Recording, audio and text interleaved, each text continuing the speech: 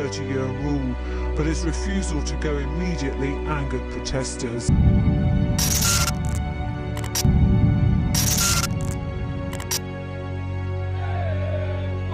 It was the year of people power, of revolution. Something I've never seen before, a phalanx of men on horseback and on camels. And blood. Only 1 year ago, on January 25th, thousands of demonstrators took to the streets of Cairo to tan iyo bilowgii faafitaanka diinta islaamka carabtu waxay ahaayeen dad laga ciseeyo daafaha caalamka iyaga ayay ahaayeen kuwii quwad military ku jebiyey labadii quwadood ee Rome iyo Faris kuwaas oo aanay cidina ku riyoon jirin inay cid dibadda kaga soo duusha ay ridi doonaan calaamadooda kaba sii daranay aan carab haab kaba lagu hayn balse warayso daawade aanoo ku yidhaahdo waddan Afrikaana ayaa maanta Ameerika iyo Russia cudud ciidan intuu ku jebiyo dhulkoodana qabsan kara in ciidan Mareykan ama Ruush iska hor imaad ka baxsan dhulkooda lagaga gacan sareeyaa way dhici kartaa laakiin cid baa Mareykan ama Ruush inta ay doonato xuduudahooda gali doonta cid maanta ku fikiraysa ma jirtaa dabcan waa maya inkastoo aynu aaminsanahay in Allah subhanahu wa ta'ala guusha cidii uu doono uu siiyo haba cudud yaraatee quwada sida Mareykan oo kale waqtiga dunida ugu doobiyay ayay carab reer baadiye ahayd oo hubna seef iyo faras ka watay inta ay dibadda kaga soo duuleen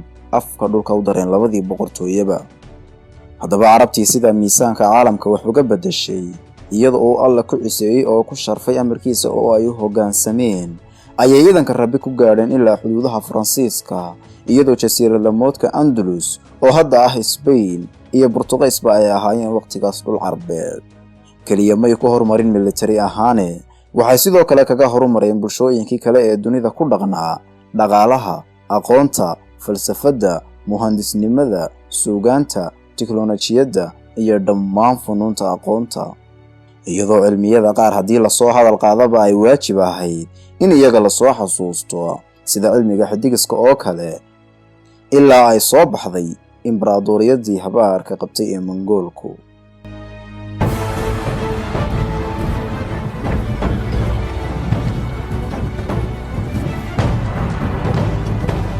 In 1162, deep in the heart of Asia, a child was born.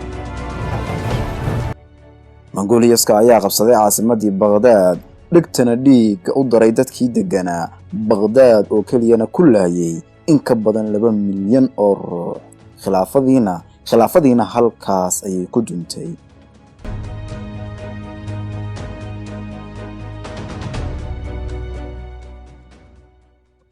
inkastoo ay haddana isla carabtii reer Masar ay dib u jebisay Mongoolka laftiisa goobtii caanka ahayd ee Aynu Jaaluud haddana waxaa hoggaankii islaamka qabtay Turkidii aasaaseen khilaafadii Cusmaaniyiinta haddana Carabi wali qiimaheedii ayay ka lahayd shucuubta kale ee caalamka oo tusaale ahaan qofka reer Yurub ahi markuu aqoon barto oo uu rabo in dadka laga dhex gartay inuu aqoon-yahan yahay waxa uu xidhan jiray cabaayadahan balbalaaran ee carabtu caanka ku tahay waana halka uu ka yimi dharkan imika la xidha qalin jabinaha jaamacadaha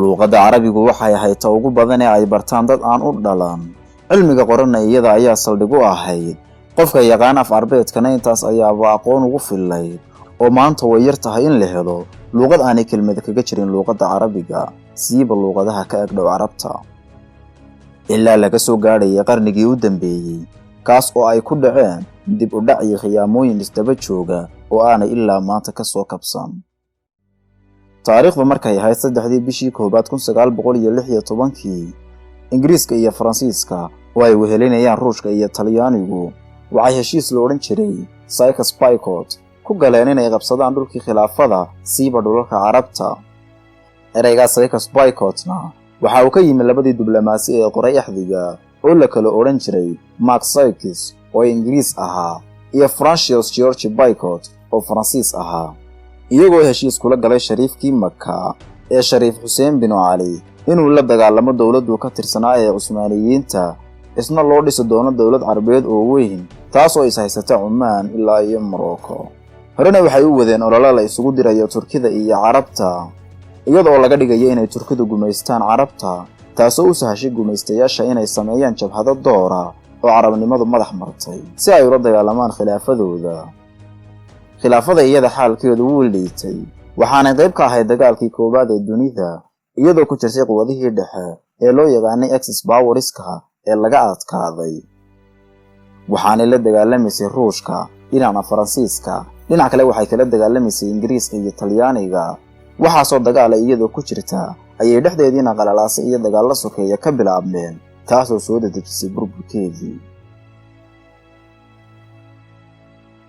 carabtiina waxay ku war heleen iyagoo dhexda u galay gumaysi gaaleed, awood ay iskaga celiyaanna aanay hayn. Falastiinna waxay noqotay hadiyad aad u qaaliya oo lagu deeq barto. wasiirkii arrimaha dibadda ee Ingiriiska Arthur Balfour ayaa 2 bishii 11 1917 soo saaray warqad u qornay sidan sawirka kaaga muuqata, waxaana uu u soo diray ninkii madaxda u ahaa jaaliyadda Yuhuudda ee ku dhaqnayd UK ee la oran jiray Lord Rothschild, isagoo kaga badashay deymo uu ku lahaa hantiilahaasi. waa dhaqan lagu yaqaanay Ingiriiska, isla taasoo kale ayuu Soomaalida ku sameeyay markii dhulkii la oran jiray Hawd oo ka tirsanayd maxmiyadii waqooyi ama imika loo yaqaan Somaliland, oo Itoobiya kaga badashay 1954 dahabkeedii kaydka u ahaa si uu isna uga soo kabsado dhaqaale yaradii dagaalkii labaad ee adduunka ka soo gaadhay. aynu ku noqonay heshiiskii lala galay Shariif Xuseen bin Cali yar ayaa laga baxay kadib markii ay Ruushka iyo Ingiriisku isku dhaceen. Ruushkiina uu heshiiskii ka baxay, siro badanna ka shifay. Xuseen bin Cali markii uu arkay khiyaanada lagu sameeyay ayuu cadhooday isagoo ka soo horjeestay Ingiriiskii, laakiin yar ayuunba isna laga dul guuray. reer Aal Sacuud ayaana lala heshiiyey, isagiina waa lala dagaalamay.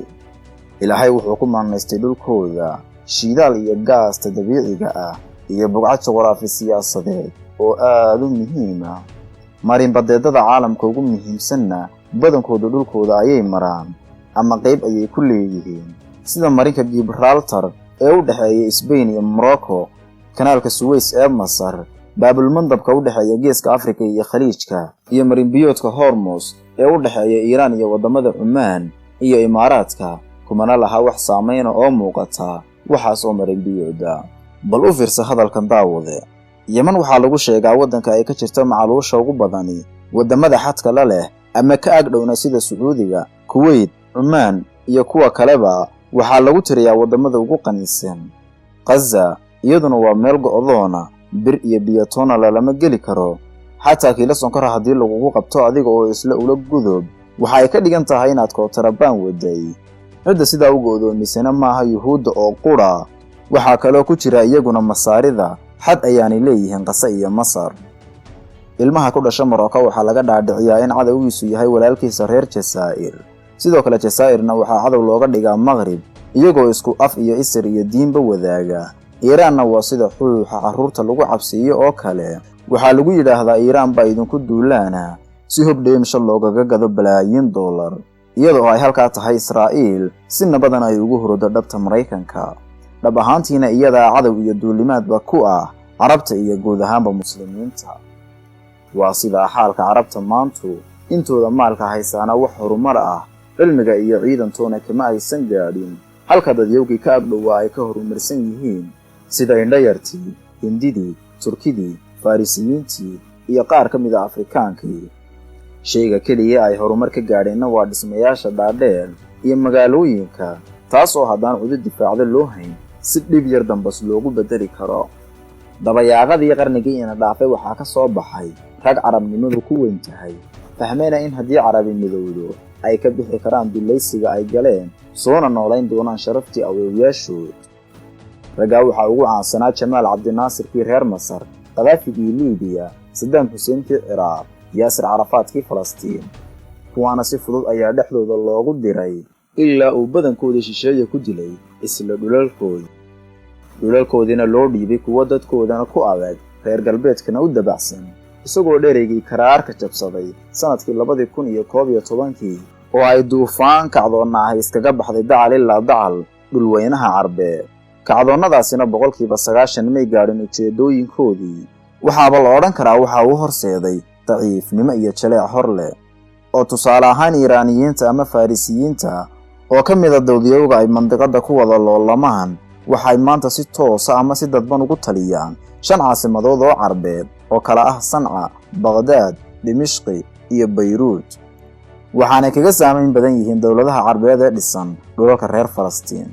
daraasad dhawaan soo baxday oo lagu eegayay hogaamiyeyaasha ay ugu jecel yihiin shucuubta Carabta ayaa laga dheehanayay in ay kaalmaha hore soo fadhiyaan hogaamiyeyaal aan Carab ahayn sida Erdogan-ka Turkiga haysta iyo Ayatullaahiga Iiraan.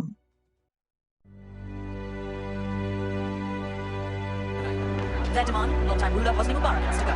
By February, he was gone. Did you ever imagine that this would be happening in Egypt? Never. 1 month ago, I would never imagine. For me, I'm a young man, and I always believe that my generation will never make any history. The Arab Spring then hits Libya.